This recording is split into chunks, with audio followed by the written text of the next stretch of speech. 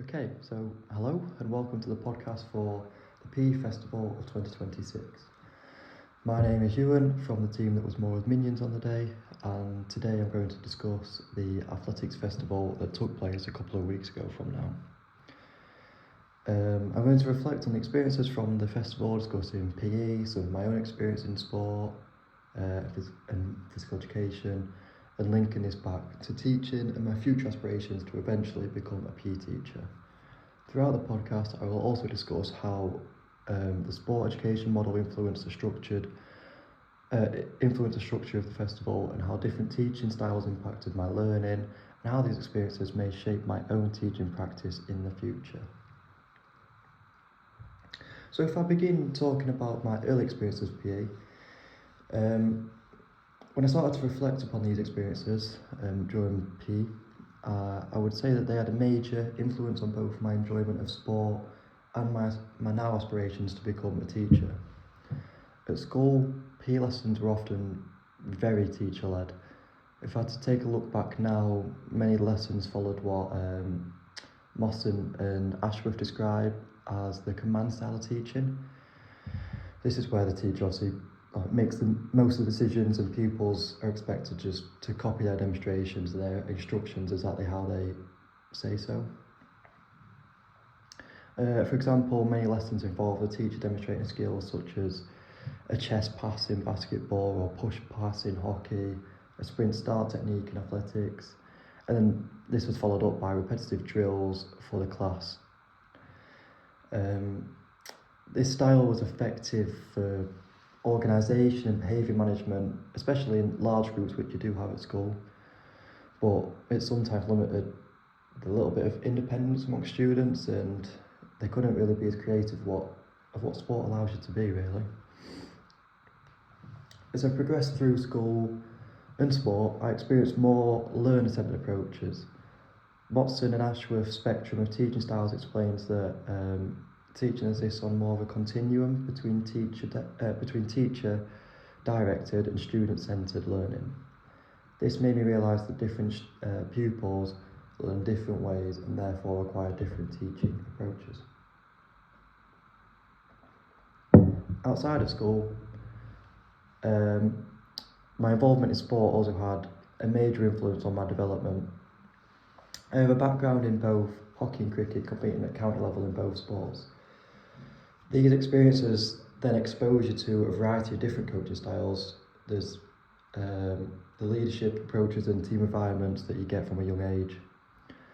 Through this, I developed a strong understanding of communication, discipline, teamwork, which are all qualities I now value within teaching and coaching that I do. My own teaching style has been influenced heavily by these experiences.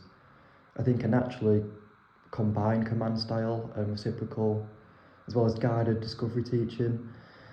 I believe direct instruction is important when introducing skill, but once the pupils kind of understand the basics, it's equally important to allow them to problem solve and make decisions more independently. Typical PE lessons at my school focus on the performance and competition. Lessons generally consist of a warm-up, skill drills, and then you finish with a competitive fun game, which I guess most students want to do at the end of a lesson. Looking back, there was probably less emphasis on a leadership, organisation, student responsibility compared to the sport education model we experienced during the Athletics Festival. These experiences have strongly influenced my aspirations to become a teacher. I particularly respected PE teachers who encourage effort, improvement, enjoyment, rather than only rewarding the best performers when I was at school, and this is something I'd like to replicate in my own teaching practice in the future. So, sport education. One of the main pedagogical approaches explored during the Athletics Festival was sport education. According to Siedentop, sport education aims to develop competent, literate, and enthusiastic sports people. Unlike traditional PE lessons, sport education attempts to provide authentic sporting experiences. Siedentop, Hasty, and Van der Mars explain that the model includes features such as seasons, team affiliation, formal competition, record keeping, and festivity. Our athletics festival reflected many of these characteristics. Throughout the festival, we learned sprinting techniques, relay changeovers, jumping techniques. However, the festival involved much more than simply competing in athletics events. Students took on a variety of roles, including coaches, organisers, social media coordinators, scorers, announcers, and event managers. I believe this developed me significantly as a future PE teacher, as it highlighted how PE can develop communication, teamwork, and leadership skills alongside physical ability. It kind of showed that your sport and ability isn't everything that matters in a PE lesson, and especially as a teacher, you need to deliver other assets. Technology also played an important role during the festival. Our group used Instagram to broadcast and promote events throughout the day. This demonstrated how PE can integrate digital literacy and media skills into learning experiences, such as a PE class. My group specifically took responsibility for organisation and scheduling of the events on the day. This involved discussions with Teresa about event timings, what event should happen first and which activities should run simultaneously, potentially. Although this initially seemed straightforward, it actually required strong communication, teamwork and problem-solving skills. For example, we had to consider the layout of the athletics track, how equipment could be moved, and mainly to kind of delay or minimise delays between events. This made me realise how much preparation and organisation is required for PE teachers when planning large sporting events such as sports days and inter-school competitions. These experiences showed me that PE teachers require excellent organisational skills alongside subject knowledge. In future teaching practice, these experiences will help me organise lessons, sports days and extracurricular activities more effectively. So during the day, the experience I got as an athlete, they made me kind of think more deeply about motivation and achievement within PE. Duda's achievement goal theory discusses the difference between ego orientation and mastery orientation. Ego orientation focuses on outperforming others, whereas mastery orientation focuses on self-improvement and personal development. One experience that stood out to me occurred during the relay race. I was running the final leg for my team, but however, by the time I'd been passed the baton, the other 4 runners that were in my heat, maybe 3, had pretty much already crossed finish line, all but maybe 10 yards off. I then received the baton, and due to this mastery orientation, I knew I still had to get over the line to give our team and myself the best time possible. So I like how this kind of focuses on the self-improvement, and it keeps people still motivated despite, yes, we came last in our heat, but we still want to be the best we can be. I do think this is a very important asset for PE teachers. For PE teachers to deliver this kind of importance of this mastery orientation, because then it encourages, and values the effort that the children puts in, how important resilience is in sport and in life, and improvement rather than just purely the outcomes of the final match, event, race, whatever. Another important aspect of the festival was the development of team identity. Our team wore black clothing with yellow slightly over our wrists to try and signify the Minions after our team name. This also creates a little bit of unity and belonging, which, according to Sign and Top, team affiliation is a major component of sport education because it increases motivation, participation and commitment. I noticed that wearing team colours and creating a group identity increased enthusiasm and encouraged stronger teamwork throughout the day. Everyone became more supportive and invested in the success of the group. Despite it being a little bit of fun, it was probably quite an important part of the day. Everyone gets together and you do feel a sense of unity throughout the event. So I'd definitely try and develop a similar team identity during PE units and extracurricular sport because it creates a stronger sense of belonging, and partnerships and teamwork such an important part of sport, and then potentially into any job in your future career.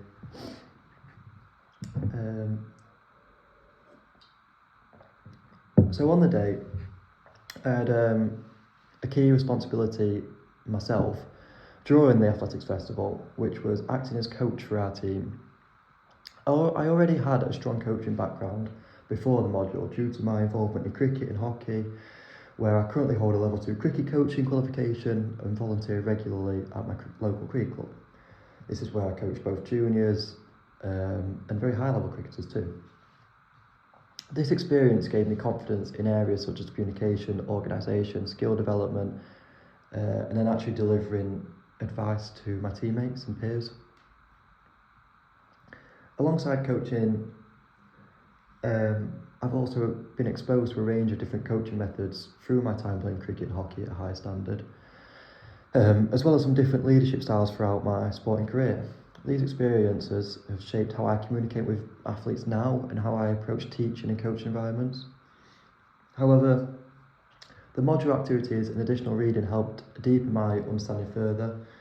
During the festival, I learned more about sprint mechanics, relay changeovers, communication strategies within coaching. The extended reading I completed around coaching and pedagogy also improved my confidence and effectiveness as a leader. For example, Bomber and Buzzer Kelly explain the importance of technical development and structured coaching within athletics performance. Similarly, Lyle and Cushion discuss how effective coaching requires adaptability, communication, and athlete-centred learning. The coaching role also highlighted opportunities for inclusion within PE.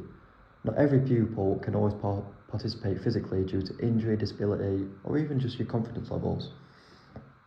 However, sport education allows students to remain involved through alternative roles, such as coaching. We had officiators on the day, we had event managers, or someone taking charge of the social media.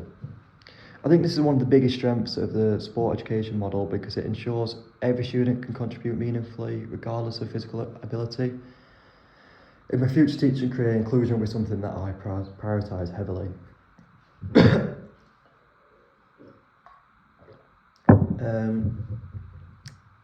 So there were several aspects of the Athletics Festival that I believe will positively influence my future teaching. Firstly, I recognise the importance of student responsibility. Pupils became more engaged because they felt ownership of their roles, contributions within the festival, rather than simply just participating in the activities. Students had a sense of responsibility for what was going on around them. Secondly, the festival reinforced the importance of teamwork and communication. Organising events required collaboration, adaptability, problem solving, which are transferable skills students can apply outside of PE and later in life.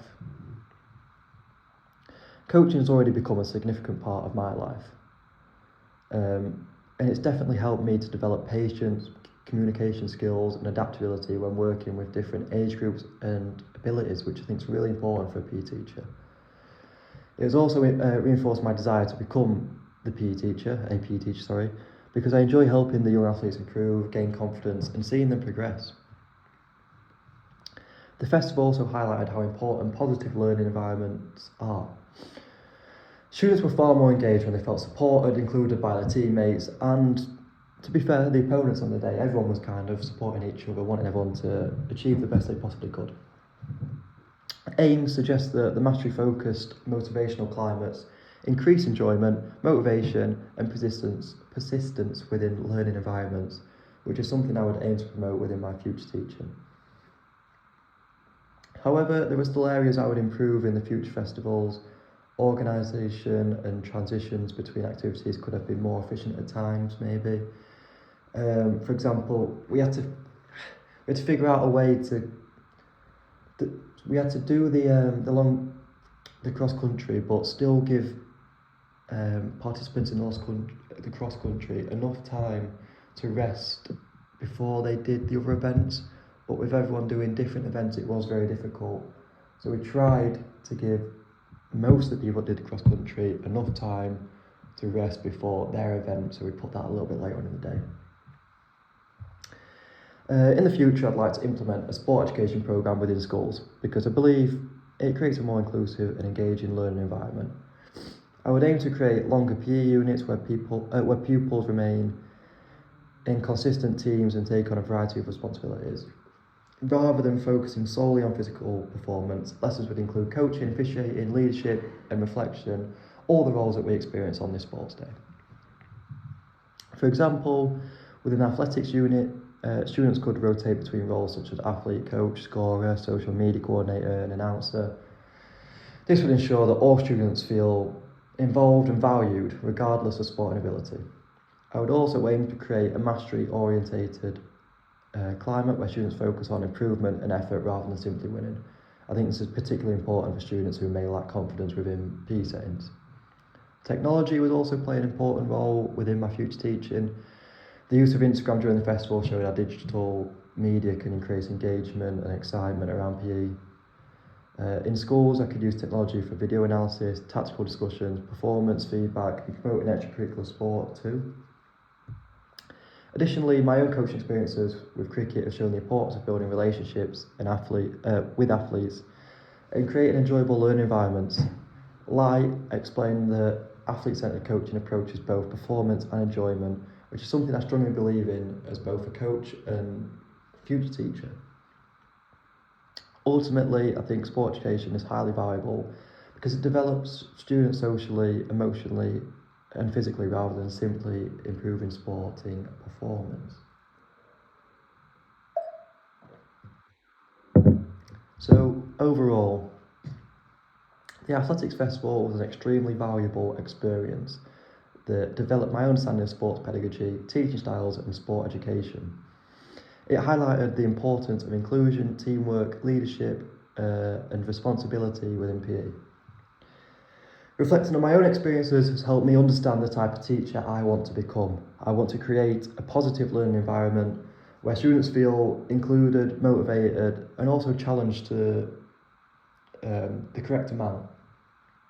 My experiences as both an athlete and coach in hockey and cricket have also reinforced many of the values discussed throughout this podcast, particularly leadership, teamwork, and inclusion. Coaching junior and high-level players has shown me the importance of communication, adaptability, and creating positive relationships within sport, as it did on the day of the Athletics Festival. The festival also reinforced that PE can develop much more than just physical performance.